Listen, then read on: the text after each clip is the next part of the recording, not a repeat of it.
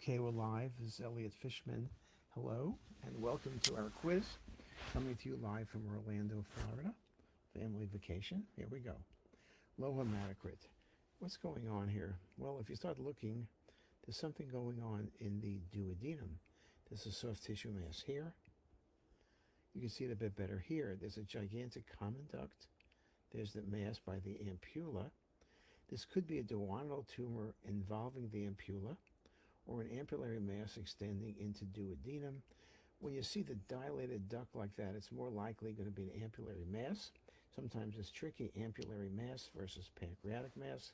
Here's just another view of that with the MIP imaging. You can see the tumor infiltration. Very nice example of a duodenal adenocarcinoma. Again, I would have picked an ampullary tumor because of the size of the common duct, but again, ampullary versus duodenum can be somewhat tricky. Okay, another case, abdominal pain. What's going on here by the second portion of the duodenum? Just want you to look at that. Well, here on the coronal view, there's a soft tissue mass that's under 2 centimeters. It's somewhat vascular. It's second portion of duodenum. You can see how bright it is here. It's very vascular. So things I would consider would be if you had renal cell carcinoma, metastasis, but more practical, carcinoid tumor versus a gastric, a GIST tumor rather, a duodenal GIST tumor. Exophytic is GIST tumors compared to carcinoids, which are more intraluminal. You can see the vascularity nicely on the volume rendering and MIP imaging. And this was a carcinoid, a really nice location for carcinoid. Remember, carcinoids are most common terminal ileum, adenocarcinoma most common in duodenum, but it's a very good location for a carcinoid tumor as well. Rule out pancreatic mass, very large lesion, and on first guess, you're going to say this is a neuroendocrine tumor coming off the pancreas. But again, we look carefully because it's tricky sometimes. Yes, it could be a neuroendocrine tumor, but it could be coming off the duodenum or coming such as a GIST or a carcinoid. Or it can be a paraganglioma in that region can occur. The vascularity really nicely shown on the MIP imaging. You can see a little bit of washout as you go to venous phase imaging, and that was the duodenal GIST tumor. Again, making the point that not everything that's near the pancreas or seems to be from the pancreas is actually from the pancreas. Another case, abdominal distension. Patient has extensive carcinomatosis. There's tumor, region of pancreatic head, paraortic zone. Everything seems to be infiltrated. You can say scalloping of the liver, pseudomyxoma peritonei. Maybe it's a appendiceal cancer. Maybe it's ovarian cancer. Maybe it's gastric cancer. Those are all good possibilities, and many other things give you that impressive carcinomatosis as well. The scalloping and the calcification, again, good for pseudomyxoma. But what else could it be? Well, the other thing is a primary mesothelioma of the abdomen, which this indeed was, a peritoneal mesothelioma. You can get fooled at times by tuberculous peritonitis, giving a lot of stranding, but not that mass effect, not the scalloping to that detail, and not the calcification. So this was peritoneal, a primary peritoneal mesothelioma, which is fairly uncommon. Another case, abdominal distension. You can see there's diffuse gastric wall thickening. There looks like a tumor infiltrating the stomach. And then as you scan downward, you can see the patient has omental caking carcinomatosis. Again, if just anything, you could think about ovary, you could think about appendix, you can think about gastric, pancreas, and many other tumors. But you already saw the stomach mucinous tumor with the calcification. So the best answer would be a gastric adenocarcinoma with carcinomatosis. Just a really nice example.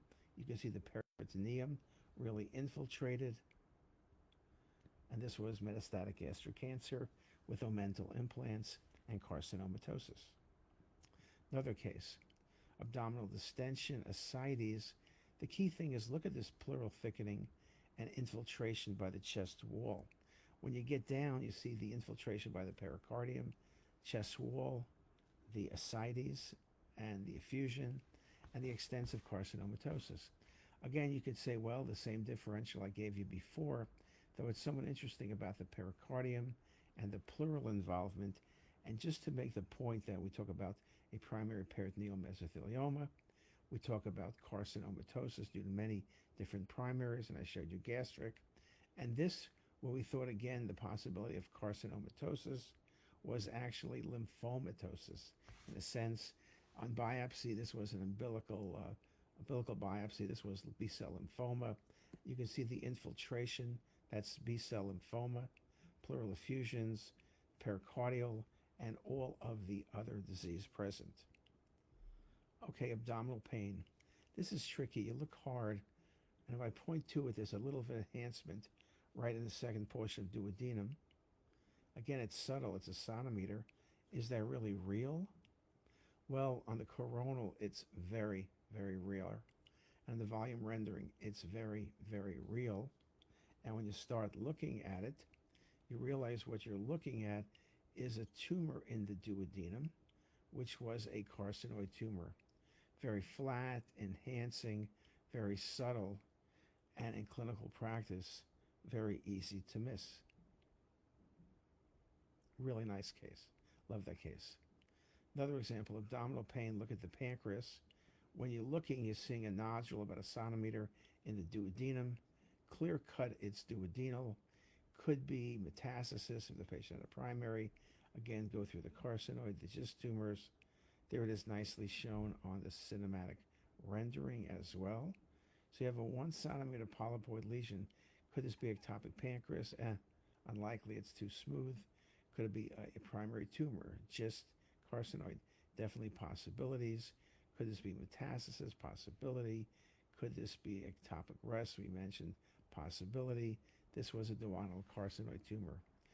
If you look at this case and the prior case with the flat lesions, you can see how difficult it is. Forget the differential. If you don't see the lesion, you're not getting a differential. You need to have good protocols. Carcinoid tumors are seen maybe best or even only on arterial phase imaging, and both these cases make that point very nicely. Okay, GI bleed. There's an enhancing lesion in the patient's jejunum right there, very vascular. Again, carcinoid, GIST, metastasis. Not many choices. Nicely shown on the MIP. And here a little bit of desmoplastic reaction. Could this be a carcinoid tumor? Again, on washouts, you can see it. Kind of challenging, but it's there. It's there on the cinematic rendering as well. Very nicely shown. And this was metastatic renal cell carcinoma. The patient had had a prior nephrectomy. So again, vascular lesions, stomach, small bowel, colon, rare, but think about metastatic renal cell carcinoma, particularly in a patient who has had a prior nephrectomy. A case for rule-out dissection. When you get to the case, there's paraspinal masses. There's a destructive lesion in the spine. So you know it's not the aorta. It's really a process involving bone with a paraspinal mass. There's this destructive process of the vertebral body with collapse, a so-called gibbous deformity. And although, yes, it could be metastatic, and yes, theoretically, it could be myeloma, with that very large soft tissue mass and the appearance of the destructive bone lesion, you have to go with tuberculosis and TB, which is with osteomyelitis, disc space destruction, classic Pott's disease. Just a really, really nice example. Chest pain, large anterior mediastinal mass. This is the easiest case from today, right? The mass has fat and calcification. Fat and calcification of a large anterior mediastinal mass. Especially, this looks like a younger patient. You can go through the things like thyroid. This is not lymphoma. This is not a thymoma. They don't have fat or calcification. But they can have calcifications occasionally, but not this fat. When you see macroscopic fat with calcifications, anterior mediastinum, often eccentric in location, you got to think about the classic diagnosis, right? Not thymoma, not thyroid, not lymphoma, but a teratoma. And this is a really nice example of a mature teratoma. A really nice case. Okay, we're getting near the end. Mass in the right hilum or right lower lung, extending to the hilum, invading the patient's left atrium. What could this be? It's not something from the left atrium growing out through the pulmonary veins into the lung. It must be lung to pulmonary veins to the atrium. And so you got to think about a malignancy, tumor infiltrating into the heart. We could think about lymphoma. Many tumors, they metastasize to the chest are possibilities. Or you got to think about a primary lung cancer. It's a great case. This was metastatic melanoma, which grew directly into the left atrium. So it's one of those things to consider. Another one, shortness of breath. First thing you say, it's lung cancer invading the pulmonary artery on the left, but it's so bulky, and then you think for a second, and this is where the confusion comes in. This will often be read as a PE, and the patient doesn't get better. But there's so much mass effect, you could say, well, maybe it's a lung cancer invading into the pulmonary artery. That does occur, but usually the artery is collapsed, and there are collaterals. Here, the entire pulmonary artery on the left side is infiltrated and occluded, and the process grows into the main pulmonary artery. So again, you could think about PE. You could think about other malignancies, like a lung cancer that can grow in, but you also have to consider a pulmonary artery sarcoma. Pulmonary artery sarcomas are large tumors arising in the main pulmonary artery or either left or right pulmonary artery. They can be confused with PE. Patients are often treated for a while with PE, but don't get better, and that's how you reach the diagnosis. So it's a rare tumor. It's a leiomyosarcoma. Typically it doesn't enhance, but it's large and can easily be confused with a giant PE. And here's just another example. Large mass going from left to right, main pulmonary artery. That's not a PE. Look how it narrows the main pulmonary artery to right and to left. This is the classic, another example of a pulmonary artery sarcoma. Just a really, really, really nice case. Okay? And again, can easily simulate a PE. Finally, mass right pericardiac region, incidental finding, fluid density, classic location for pericardial cyst. It's large, sitting on the diaphragm, but a really classic location.